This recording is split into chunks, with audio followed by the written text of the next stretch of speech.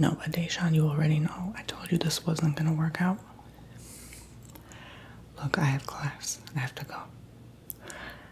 Deshaun, I told you this was not gonna work.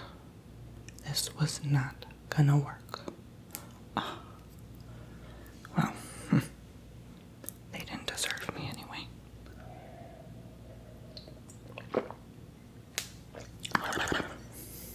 I need a double shot of espresso for this class. Alright, students, sit down, sit down. You know the drill. Don't make me call the principal. I can use my phone in class all I want. I'm the instructor. Be thankful I'm not smacking gum in your face, otherwise that would really be hard. Since we're doing a different lecture every day, since all the teachers decide to get up and leave, since this school is too ratchet for them, apparently too ghetto, I'm the only one who can put up with all this mess. So today we're going to learn history, and since I'm nowhere near qualified to teach history, I just went to the nearest Barnes & Noble library and picked out a bunch of history books, so hopefully we get somewhere with this today, because last time I checked, I believe our graduation rate was 53%. That's pretty cruddy, so we're going to have to do a better job as a class. Can you guys stop talking? Can you guys stop smacking your gum? Throwing paper planes, texting each other, drawing in your... I noticed some funny trend in every single class without fail. There's always that VSCO girl. There's always that popular drama queen. There's always that one Patty. There's always that one who's too shy and sits in the back of the class, but is mildly attractive. And there's always that one who is the apple on the tree, pays attention, gives the teacher an apple every day. That's kind of funny. I'm noticing the trend now. Like, I'm seeing it all. It's coming together. Okay, I think it's like a nice, harmonious balance, and we can all make it work, okay? Even though most of you don't even want to be here, all right? But it's better than being on the street dealing. So sit your butt down and pay attention, or else you're going to have to end up doing that or working the pole. Alright, so since I can't even be bothered learning all your names, since 3/4 of you will be gone by next week, I'm going to stamp a bunch of numbers on your shirts. So that, you see, y'all making me cry.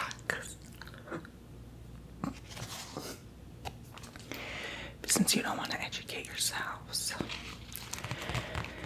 I shouldn't even be bothered learning your names. So I'm going to put these numbers on your shirt. So I'm going to just call out number 5, number 6, number 2, number 1, etc. Why should I bother learning your name if most of you are not going to stick around? So we're going to begin.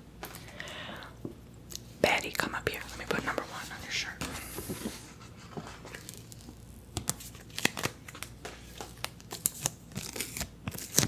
Yes, you're number 1, but that doesn't make you special, girl, okay?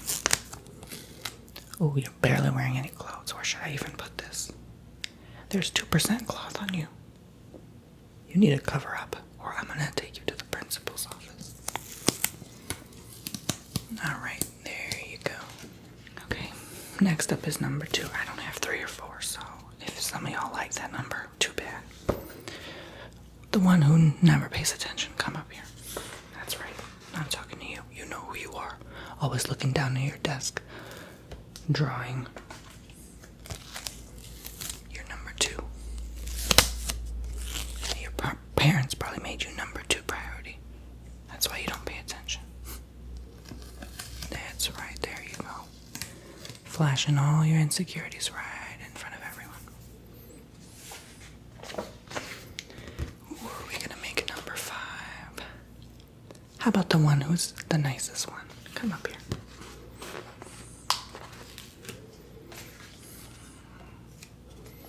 You don't mind being 5, right? There you go. Number 6. The one always texting and smacking their gum. Come up here.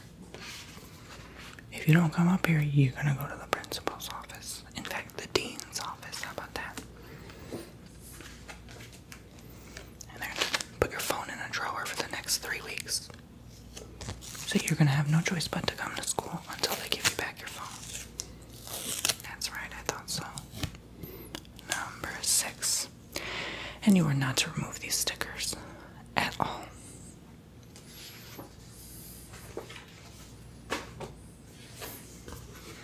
Who wants to be 7?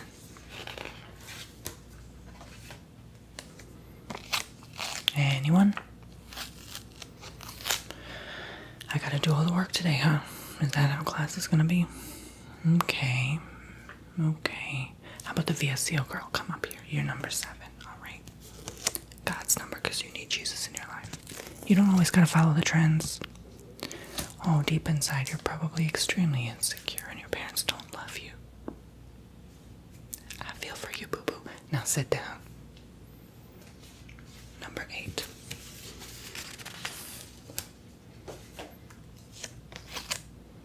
How about the popular girl? Come up here now. Yes, I'm talking to you.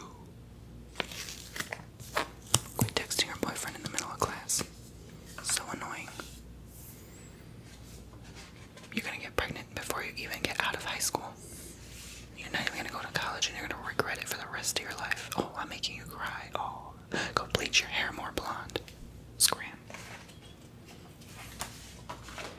Alright, there's a 0, so someone has to be a 0. Anyone? How about that shy one in the back? Up you go. That's right. There you go. Boom. Alright, so we got a 1, a 2, a 5, 6, 7, 8, 0. Honestly, I put you all on a scale of attractiveness. The 0 means a 10. Okay. Yes, I roll that way. Alright, never mind.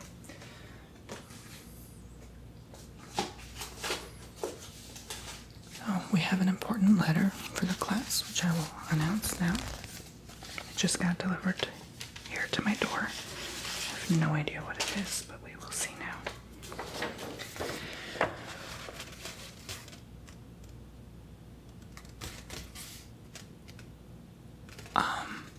Never mind.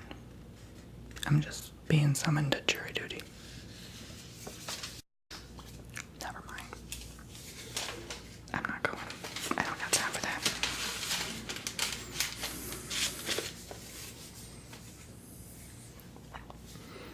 Alright, so if I see any one of you texting, drawing, not paying attention on your phones, you will be asked to go to the dean's office and publicly humiliated on the intercom speakers, since I believe I'm one of 3 teachers left in this whole school who can handle you nitwits. And if I hear any talking at all from any of you, when you are not asked to talk, and when I don't call on you after you raise your hand,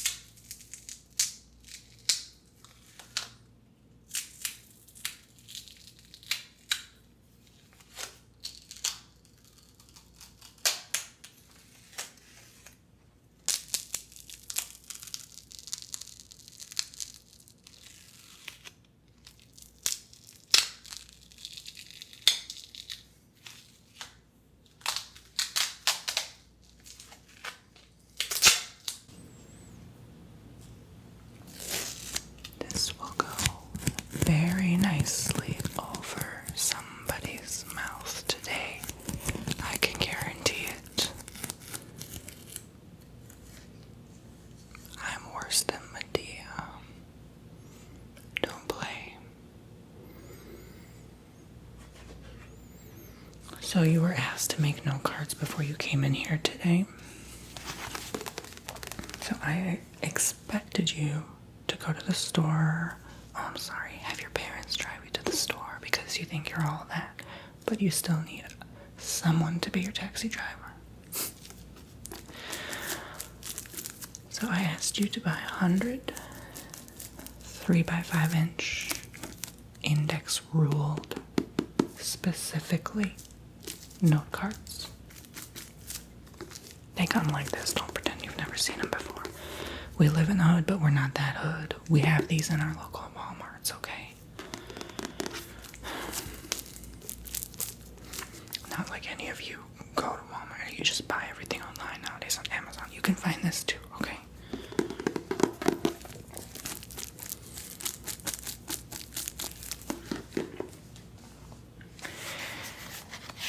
And I'm gonna walk around these desks later, before the end of class, or tomorrow if we don't have time. Meaning it's your lucky day and you better do it now while I'm lecturing, or you better do it overnight before you come the next day. And write down on the blank side the influential person in history. And on the rule side, 5 sentences, meaning a paragraph. Yes, that's right. A paragraph. You've never heard of that, right? Where you indent a tab space before the first sentence, and then it consists of like 3 to 5 sentences that are not run-on. Run-on meaning it goes on and on, talking like that popular girl over there on her phone. She's a run-on sentence. Her whole life is a run-on sentence. Maybe even the VSCO girl too. So instead of putting it out through your mouth, you put it on paper. So let's say, for example, Harriet Tubman. And then on here you'll write a little bit history about her life. So specifically related to history, I asked you to do this. I asked you to do this 10 times. So on 10 different note cards. So you do like Abe Lincoln, Benjamin Franklin, not your great-grandmother. That doesn't count. Okay, that's not a part of history unless she was part of the movement in a humongous way and she's in a history book somewhere, sure. But I'm not trying to ask you all to go on Ancestry.com and find someone who you're related to who's influential. Like, we're not about to do that, okay? But that was asked of you before you came here. I specifically asked you to do that before you came in today, so you better do that. Alright, so since we are in the hood and our budget is $50 a day in this school, we could not, still, I don't know, we gathered so many contributions and I don't know where all that money went, probably on the streets, back on the streets, but we couldn't even afford a whiteboard with markers, so we're gonna have to do the instruction on paper and pen today. So I'm just gonna speak. You pull out your pens or pencils, and I'll pass a blank sheet of paper. Can you believe, of all their budget, they could only provide me enough, like 10 sheets of paper for today. I was like, that's all you're not even gonna throw a chalk my way or something. They're too afraid we're gonna snort it. That's the problem. So while we need to clean up our act, I need to pass these pages around. You know what? Let's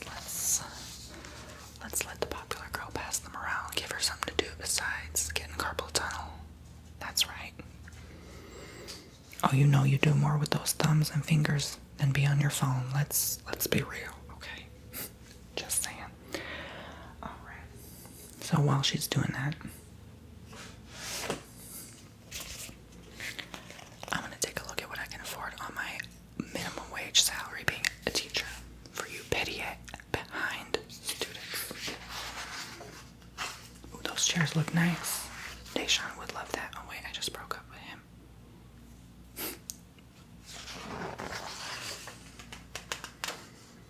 Hey, do I see you making a paper plane out of that paper? Hey, do I see you making a paper plane out of that paper we just passed around? Do you want to buy the whole glass paper? I will take it out of your check. I'm gonna be worse than Uncle Sam.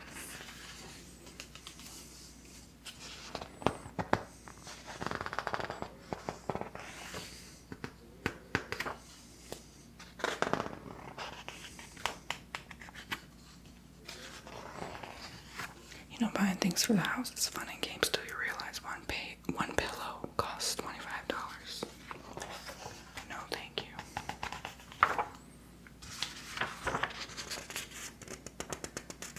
I'd rather put money toward my home than this ungrateful class.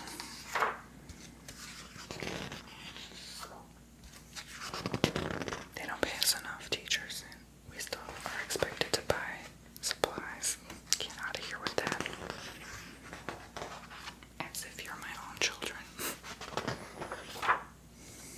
Well, someone has to be the parent for you irresponsible people.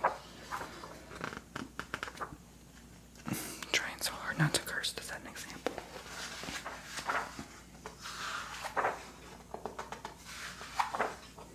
Are y'all done passing around papers? Fine.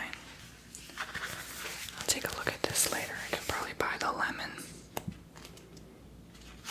Or that piece of squash sitting on that table. Very sad. Alright. Okay, we'll get started. So here's our list of readings for the history class that we're going to have to finish by the end of the year. Yes, we're going to have to read all 4 of these books. Okay, word for word. I better whip out a passage and you better memorize it by heart. So the first thing that is crucial in history is the Holy Bible. So I was joking when I said you had to memorize everything, but you better read it at least, or at least go on Spark Notes or something. So here it is. They're all made differently, but this one's put in us. Honestly, I found it thrown in the trash, so I was like, oh, this will make a good book for the class. Maybe some of you will become holier than thou, so you can set an example for your fellow students.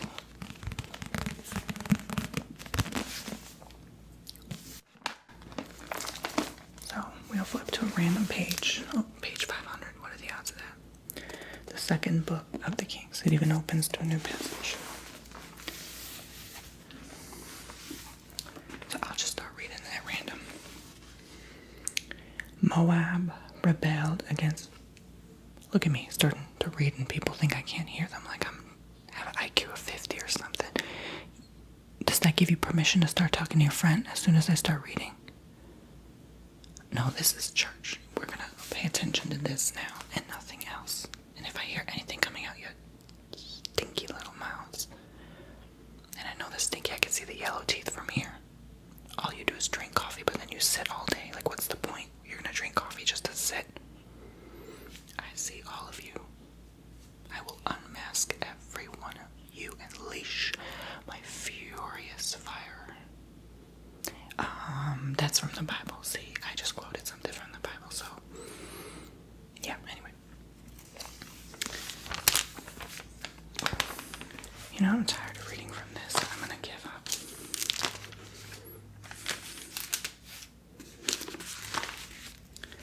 This is too long. I don't even know. I wouldn't even expect you to ever learn this. This is so old and doesn't make sense. You know what? Let's move on. We're going to talk about War and Peace. So, this is a 1,000-page book that you should have read by March. It's by Leo Tolstoy, and it's the most famous and perhaps the greatest, well, I never heard of it, so, novel of all time. It tells the story of 5 families struggling for survival during Napoleon's invasion of Russia. Among its many unforgettable characters is, see, why do we have to learn about Russia when things here in our town matter and are more urgent and important? Why aren't we a part of history we're struggling to? See, I don't understand that. All I'm required today is to read a passage from each book, so to get you kind of excited to start reading. On the 24th of July, it was accepted as perfectly correct, but on the 29th, Kutuzov received the title of prince. The bestowal of this title might be taken to indicate a desire to shelve him, and therefore Prince Vasily's dictum still remained correct, though he was in no such hurry now to express it. I don't get it. A bunch of Russian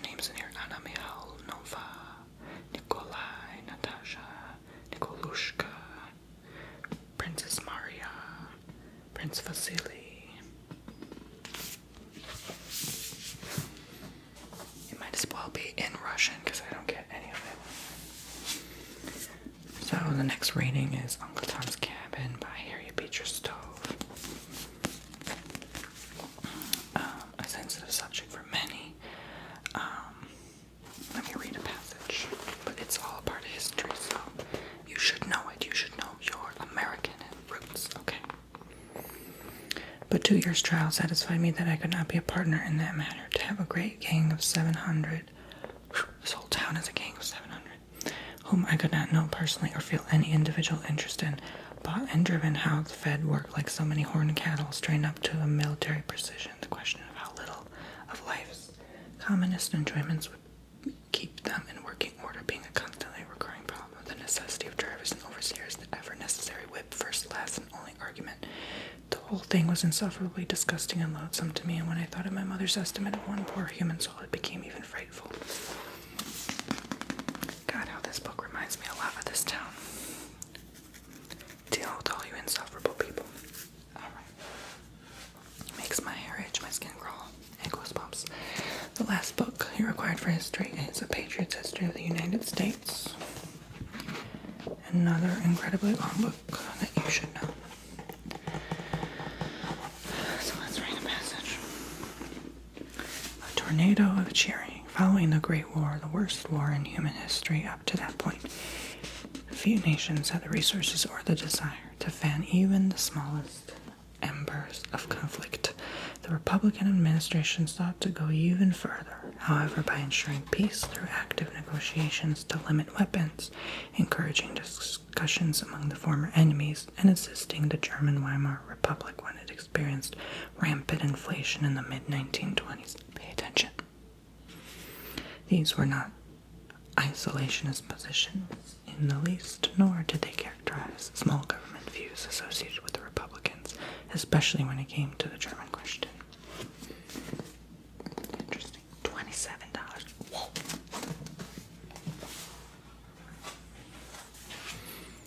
Alright, so I cannot multiply 27 by 10 and add it up into my budget, so y'all are gonna have to pass around that book and share it, okay? Regardless, I was gonna say never come again, but we have 5 more months of this nut house. So, I regret to inform you you have to come back tomorrow and do this all over again. You better have your note cards ready.